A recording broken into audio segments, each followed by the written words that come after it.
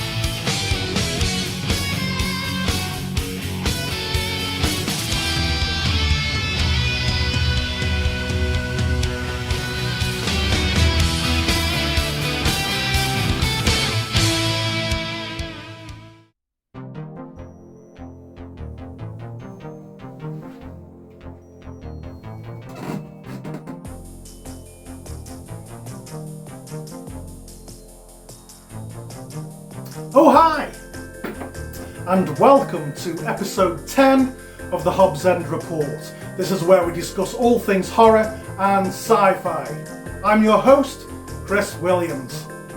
And this is a Ghostbusters Frozen Empire Paranormal Special. So, back on Friday, March the 22nd, Ghostbusters Frozen Empire was released to theatres. Returning for some ghost-busting fun was McKenna Grace, Paul Rudd, Carrie Coon, Finn Wolfhard, Celeste O'Connor and Logan Kim. And most exciting of all is that the OG gang are back. Bill Murray, Dan Aykroyd, Ernie Hudson and Annie Potts have all returned to the iconic New York City firehouse to help stop an ancient evil force which is hellbent on freezing New York City and its citizens, and ultimately save the world from a second ice age. Well, I'm a lifelong Ghostbusters fan, as is my good friend Patrick Brown. We both got extremely excited when we both first saw the official Ghostbusters Frozen Empire trailer that was released back in late January 29th I think it was. So let's take a look back at that cream your pants moment. Hit it, Johnny. Chris, it's here. The trailer's here. Holy shit! Holy shit! Ghostbusters Frozen Empire official trailer just been released. I've seen the first trailer, the one where everybody's on the beach, but this is the official trailer. So let's check this shit out. Shout out to you, son of a beach. Come on, let's go. Let's go. Now. We're gonna need all the help we can get. Whoa. Let's get to work. It's all dark and horny at 12 o'clock. The originals OG are back. The intro to the I've trailer been was waiting finally 40 finished, years and into the for this. trailer. Wow, Ecto 1, themselves flashbacks to the original movie. According to these Bit of facts, they saved nostalgia, the doesn't world. go amiss. No eyewitnesses. Mythos then. Yeah, fan And who's service, found to fan carry the service. torch? Oh, Fire station. right. Egon Oh, Egon. You have Picture of to Egon left in the middle. Oh, of a moving this says vehicle. mobile Firing a laser gun ghostbusting into gunner specifically. seat. That's a proton Which- pack. It's completely Little different. dick. No dick, no. Ghostbusters. This man has no dick. This man has no dick. No dick. Overruled. Not a little one. No. Thank you. Dick. Okay. Did the weird guy play strange old thing? Okay, this is Ray's Correct on both cult counts. store. Buddy, you just hit the jackpot. Yeah, wow. What is it? Better question. Some kind of weird old Patton Oswalt, little weird dude. Oh, wow. Holy shit, this guy's hand was frozen solid. No, he'll have no dick if he does. Looks like some kind of big demon with horns. Yeah, wow, freezing the place up.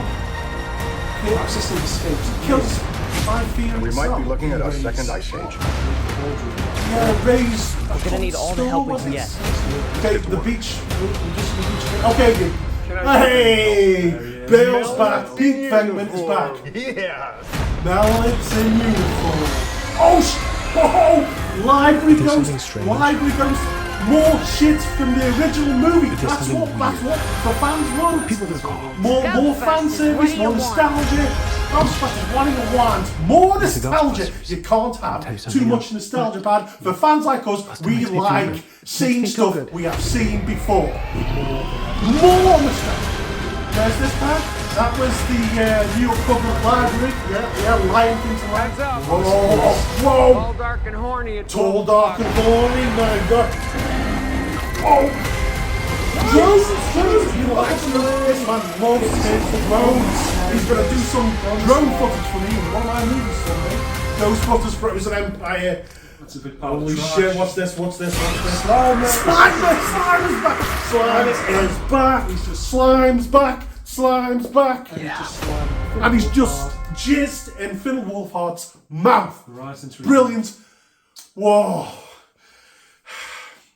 Coming from a big Ghostbusters fan, and are you a big Ghostbusters fan, Pad? I'm a huge Ghostbusters fan. Yes, I used to love the real Ghostbusters. I used to dress up in a tracksuit with my backpack on, with a stick in my hand, run around the fields, and then get bullied at school because I did that. That's how much I loved Ghostbusters. Oh.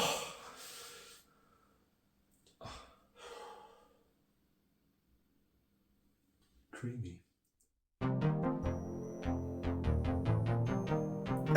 Wow. Yes, well, as you can see, we both got a little bit carried away there, especially me. Right, so once again, I'm extremely late to the party on this, so if anybody still gives a shit, now it's time for the mega late Ghostbusters Frozen Empire spoiler review. Hit it, Johnny!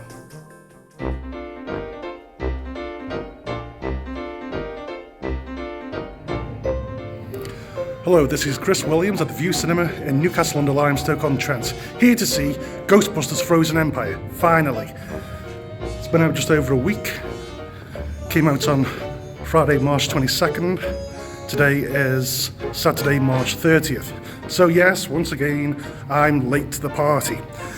But, you know, hopefully now, soon, I'll be able to get a review out of Ghostbusters Frozen Empire for the Hobbs and Report, episode 10. So, I'm excited. I've heard very mixed reviews, so I don't know what to think. So it's gonna be interesting.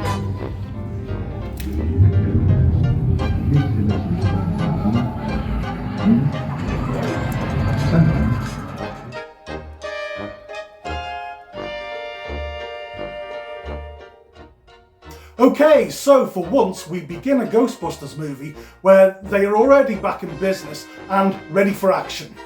We see the Ecto-1 racing through the streets of New York, chasing what looks like to me the ghost of a giant flying goober fish. McKenna Grace is in her gunner seat, firing her proton beam at the flying entity, which didn't make sense really, because they actually have a drone trap that they could have flown underneath the ghost and it gets sucked into the device.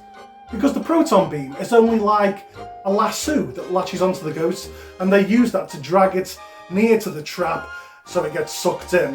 So Phoebe's firing her proton beam everywhere, trying to harness the Spectre, but in the process she's hitting buildings and destroying properties, and the Ghostbusters team gets in trouble and they have to go to see the mayor.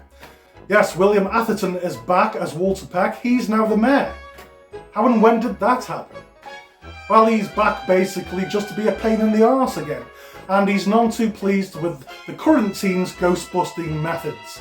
So he charges the Spenglers with a number of violations, including child labour, as Phoebe is still a minor, and even worse, she's working with dangerous equipment. And as in the 1984 film, Peck's ultimate goal is to shut down the Ghostbusters for good and tell them to fuck off. Frozen Empire is a much more busy movie than Afterlife. One of the main criticisms is that Frozen Empire has way too many subplots. So let's go through them. I've had to write all of these down as there are shitloads. Due to the Spenglers running with Walter Peck, Gary and Callie decide to make Phoebe quit ghostbusting until she's legally an adult. Phoebe begins to act out, disobeying direct orders from her parents, and she even befriends the ghost of a teenage girl called Melody, played by Emily Ellen Lind. Melody, we learn, feels responsible for the deaths of her family, since she lit the match that started the fire that killed them and herself. Dozy bitch. Later we find out that Melody has an ulterior motive for wanting to be Phoebe's new best buddy.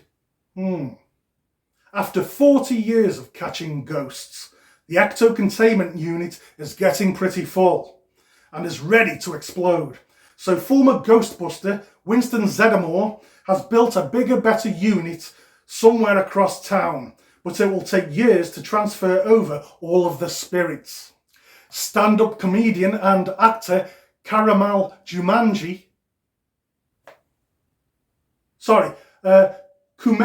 Nanjiani plays Nadim Razmadi. He shows up at Ray's occult bookstore to sell him a mysterious brass ball with the highest PKE readings the Ghostbusters have ever seen. They quickly learn the brass orb contains an ancient evil spirit called Garaka, whose sole purpose is to escape his tiny prison, raise an army of the dead, and send the world into the next ice age. Well, I thought Kumail Nanjiani was one of the standouts in this movie. I found his character to be very funny, playing a guy who would sell his mother's soul just for a few bucks.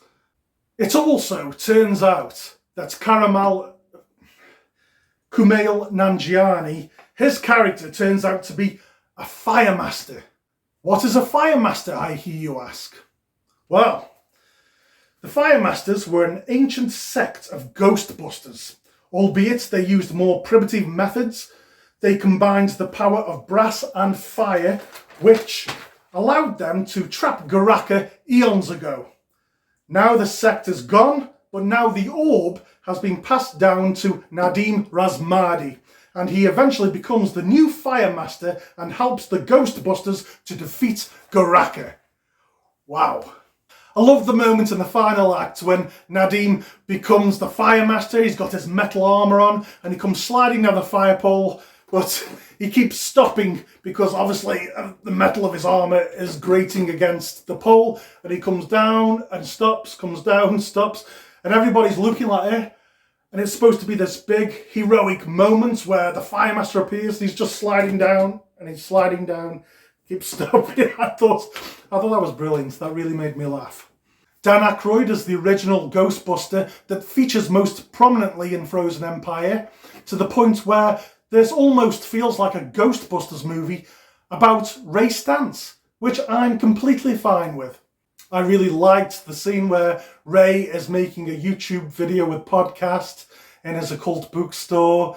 He's surrounded by these ancient books and haunted artifacts. It's like his own little haunted museum. Dan Aykroyd looks like he's having a blast being back as Ghostbuster Ray Stantz, explaining to his fellow cast and us, the audience, how all this supernatural stuff works. And it's common knowledge that Aykroyd has a big passion for ghosts and the supernatural in real life. So, being back in Ghostbusters, he's in his element, and it's great to have him back. Ernie Hudson comes in second place for OG Ghostbuster with most screen time.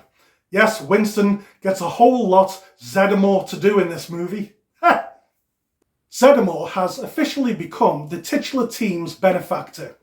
He's a wealthy entrepreneur now, and we find him bankrolling a state-of-the-art facility for investigating ghosts and funding research into new technology and the science behind ghostbusting. Coming in third place for OG Ghostbuster with the least amount of screen time is, of course, Bill Murray as Dr. Peter Venkman. I was actually shocked when I first heard that Bill Murray was returning to do another Ghostbusters movie. I mean, he's made it no secret over the years that he's less than enthusiastic about reprising his role as Dr. Peter Venkman. But he did, and I was very excited to see him back. But unfortunately, Venkman only shows up twice in the movie. We have an amusing little scene where Peter's testing the telekinetic abilities of Nadim Razmadi, and then Venkman next shows up in the final act to help defeat Goraka. It does make me wonder if it would have been better if they had got somebody else to do the telekinetic test scene, so when the Venkman shows up in the doorway of the firehouse for the big showdown at the end, it would have made a bigger impact, more of a surprise. But then I want as much Pete Venkman as we can possibly get, so I'm fine with it the way it is. Annie Potts returns as Janine Melnitz with the promise that she's going to finally get to become a Ghostbuster and get in on the spooky action. But unfortunately, she doesn't suit up until right at the end of the movie to help defeat Goraka. I just wish that Goraka maybe could have shown up halfway through the movie so that we could have had more of Janine ghostbusting with the OG guys and the new team. But it does seem to be tradition with these Ghostbusters movies that the big bad doesn't show up until right at the end, just to be defeated within 10 minutes. So yeah, that was a disappointment. But it was great to have her back. She still looks great, she's still beautiful, and it was really nice to see her again. The always likeable Paul Rudd is back as Gary Gruberson. He's good in the movie. We see Gary trying his best to ease into the role of stepfather to the Spengler kids. Carrie Coon as Mum Callie Spengler is fine in the movie, I guess. She's just as good as she was in Afterlife. I don't really have much to say about her character, but yeah, she was okay. Finn Wolfhard, Celeste O'Connor and Logan Kim may as well not have been in this movie, as their characters have very little to do.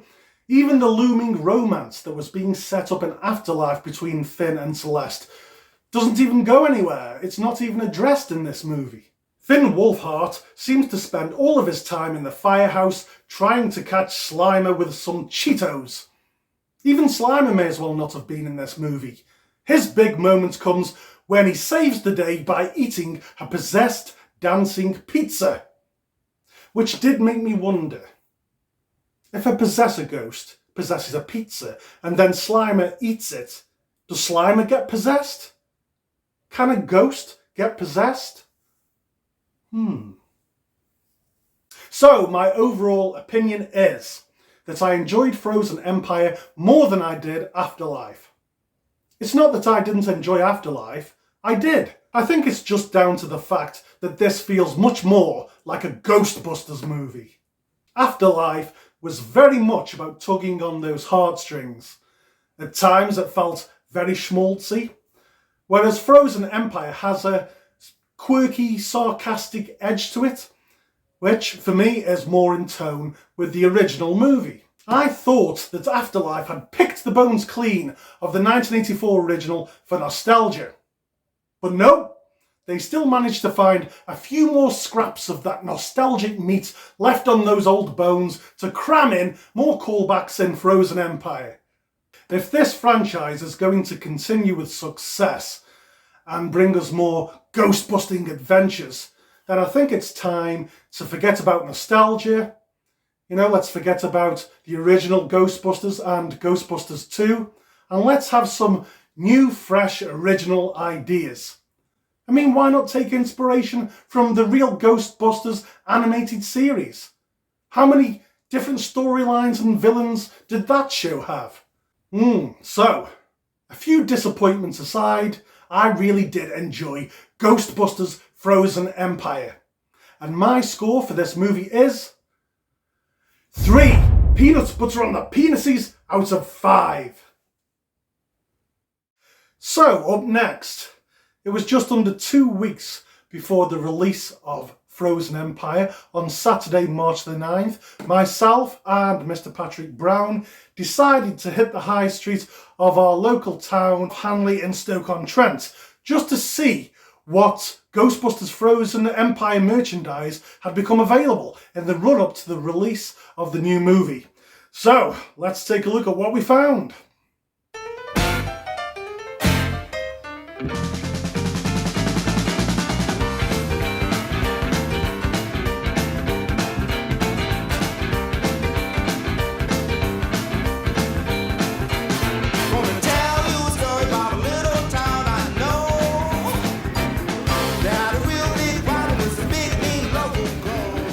What have we got here, Paddy? A mini puff. Whoa! A mini puff. Cool. Which part of the giant Stay Puft Marshmallow Land did this come out of? Yes, we've got a race stance. Pop. What are they? Pop. What's the difference between the bubble and the pop? They're called Funko Pops. I don't know. Anyway, this is race stance apparently. Race stance, priced at $11.99.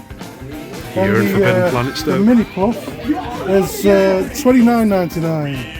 $29.99. I'm tempted. I'm tempted. See what else we got here.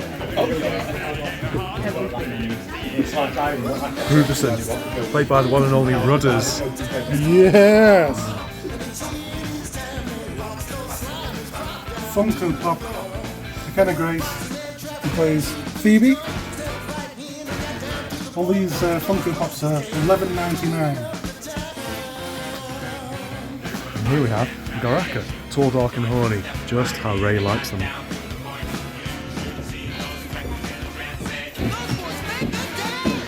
Hello, hello.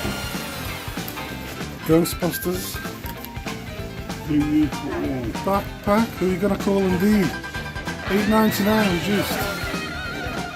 Yes, Louis. Moogly is the name of the ghost. Ray named this ghost, didn't he? Moogly. Yeah, but that's the winning one. That's the winning one. Ghost. Yes. Ghostbusters. I don't like that one. No, I want the Proton Pack one. Yeah, I've seen a the- Proton Pack one, but yes. Yeah.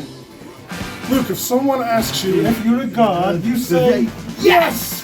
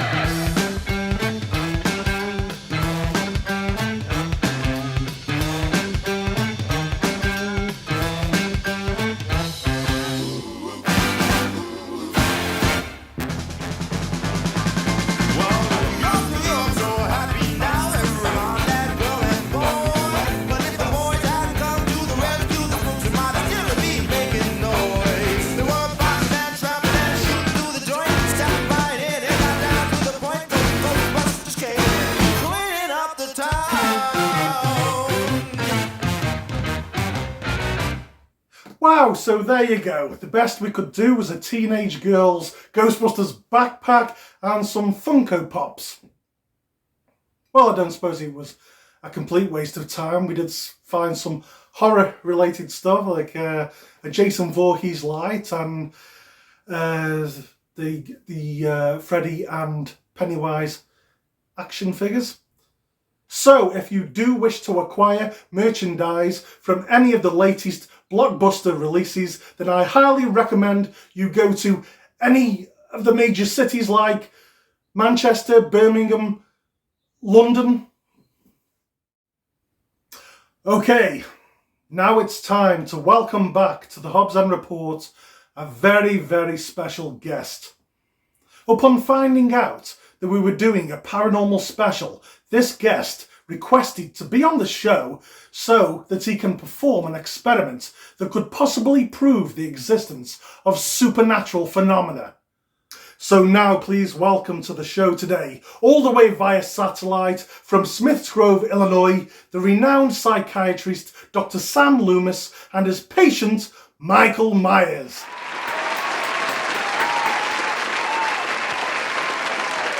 Hello, this is Dr. Samuel Loomis, psychiatrist, coming to you live from Smiths Grove Sanitarium.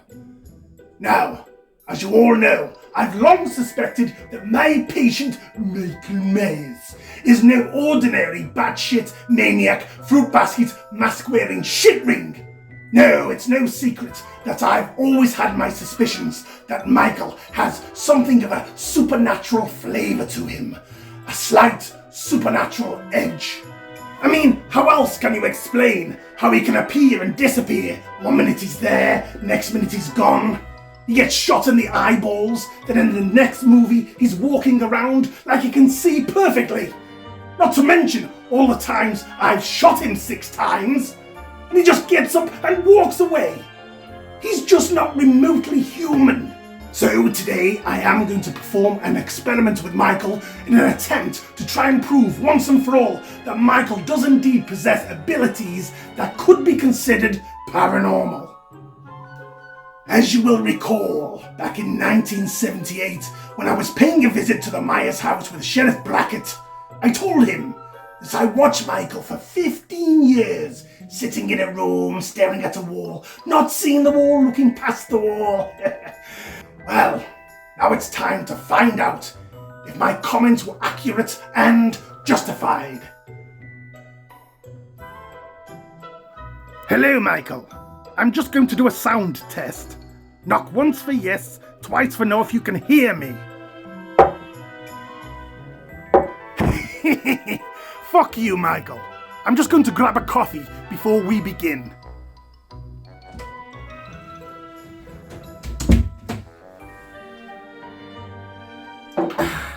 So, I will be sat in this room, Michael is sat in the room next door, there is a wall dividing us, and Michael must stare at the wall, not see the wall, look past the wall, and try to identify the symbols on each of my ESP cards.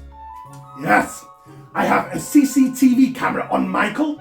He's going to write down his answers, and I will be able to see if he's correct or not. So, during the experiment, I'm going to be using this. This is my Myers Zapper. It's a Silver Shamrock Novelties product, and I've also attached a Shamrock badge to the neckpiece of Michael's mask. Show them, Michael. Show them your mask.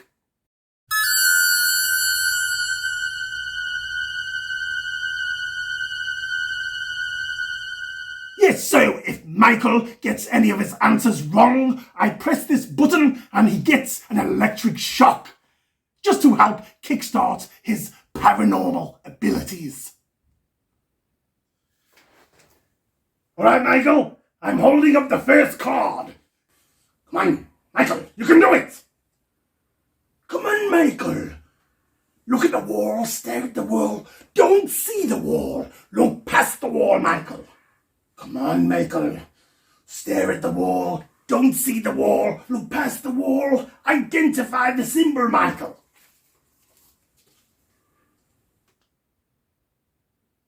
Square? Wrong, Michael.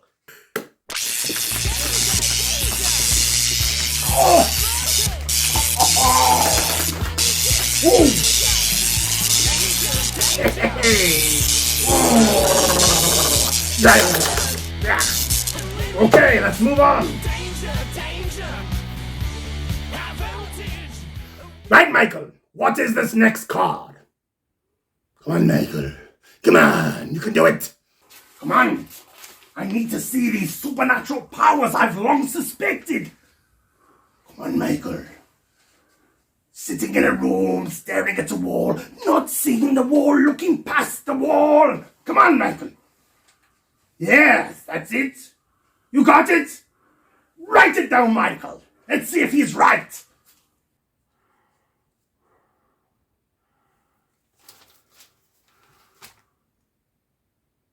A circle?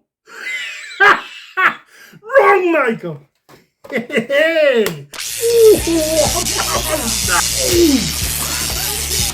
Oh, yeah. Wow. Ooh, he's enjoying this. Yes, I know I am. Right. Let's move on. Right, Michael. What's on this next card? Come on, Michael. Sitting in a room, staring at the wall, not seeing the wall, looking past the wall. Come on, you mask-wearing shotling.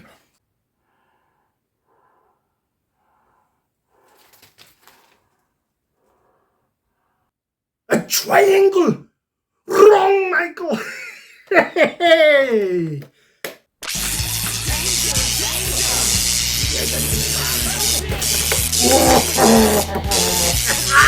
Yeah! You little asshole! Ooh, you caused me so much shit. I'm enjoying this! Right, Michael? Let's move on. Let's see what else we have here.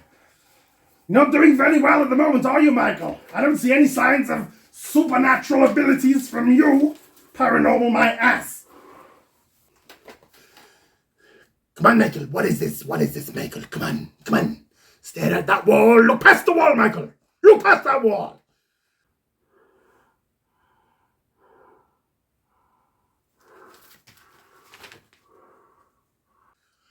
What? 3 wavy lines? Sorry, Michael. This is just not your lucky day.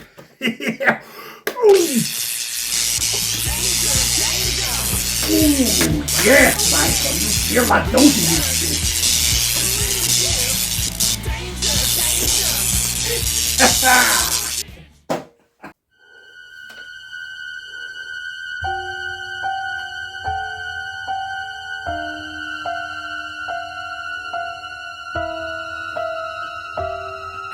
I'm having so much fun with this. Yes, I tell you what. These are the days, my friend, I hope they'll never end.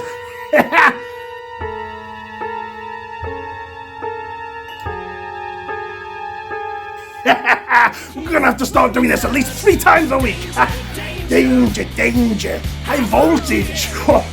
Yeah.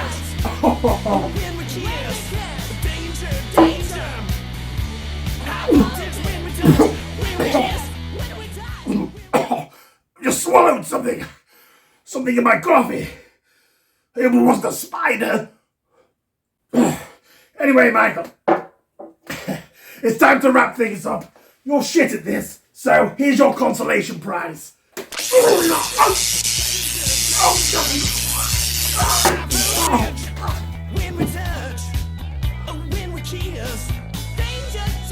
I'll kill you, Michael! I'll fucking kill you, you son of a bitch!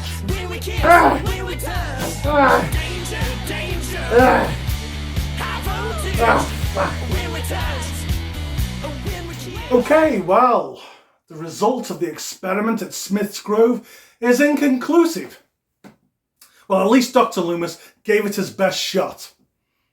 And I can't speak for you, but I agree with Dr. Loomis. I definitely think there's something supernatural about Michael Myers. Up next on this paranormal special, I am now going to present to you my own experience with the supernatural. This was one of the most terrifying encounters of my entire life, and I believe this to be conclusive evidence of the existence of the paranormal caught on film. A few years ago, I was invited to host the spooky ghost hunting television series Paranormal Persecutors. Myself and the film crew visited the Wensleydale cheese factory in the Yorkshire Dales to investigate reports of strange goings-on and mysterious disturbances, which have been attributed to the factory being haunted. So let's take a look. Hit it, Johnny.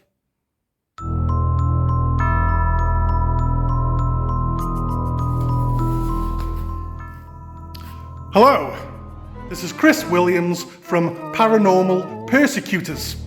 This week I'm here in the Yorkshire Dales at the Wensleydale cheese factory, where it's said to have haunted gents' toilets. The gents' toilets are said to be haunted by the ghost of a former factory worker, Derek Ringworthy. Derek was a night worker and he used to take his first break at midnight, and he would have his packed lunch. Then he would occupy the gents' toilets where he would put a deposit in the bank. This earned Derek the nickname the Midnight Mucker because of the terrible smell and the mess he would leave during the midnight hour. One night, one of the other factory workers noticed that Derek had not returned to his shift after his midnight break, so he informed the supervisor, and the supervisor went looking for Derek, only to find that Derek was dead, still sat on the toilet.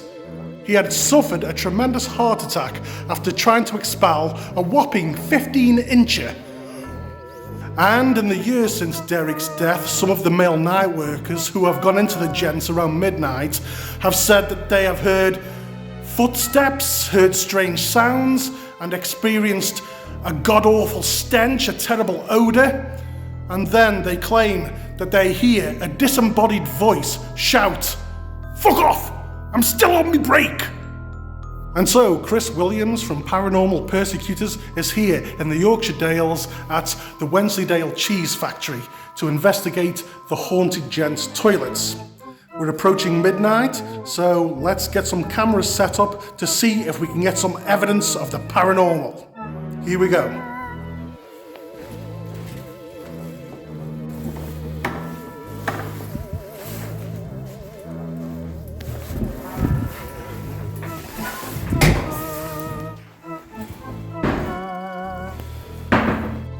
Okay, so here we are in the allegedly haunted gents' toilets. As you can see, there are 3 cubicles. I believe in this third and last cubicle is where Derek Ringworthy's lifeless body was found, still sat on the throne, a victim of too much straining. So I'm going to set up 4 cameras now. Maybe aim one this way at the urinals, have one aimed this way at the sinks, have one aimed at the door, and then definitely have one getting a shot of the toilet where Ringworthy's body was discovered. So I will leave the cameras running between midnight and 1, and then I will come back, check the footage to see if we've caught any paranormal activity. So here goes.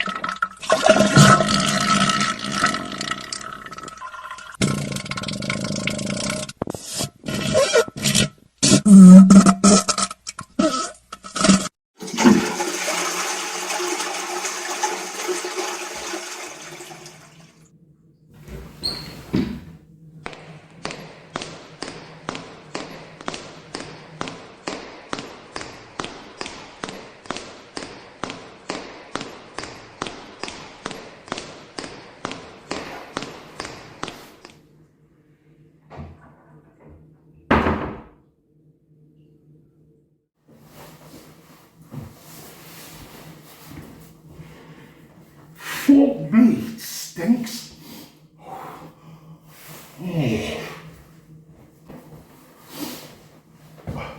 Okay, I reviewed the footage. There was definitely something in here. Some invisible force opened the door, came in, went into cubicle 3, where Derek died, and the toilet seat lifted up, and the door slammed shut, and then we hear sounds of like somebody taking a bowel movement, and then the door opens, and then the invisible force leaves again. So I've got my spirit box here with me, so I can try and get some EVPs, electronic voice phenomenon. So here we go.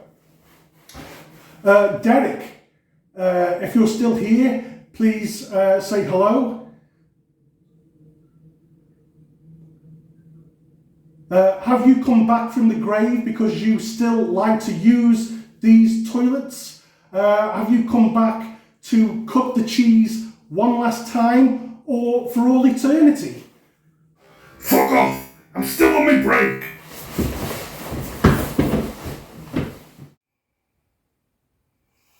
Terrifying. Absolutely terrifying.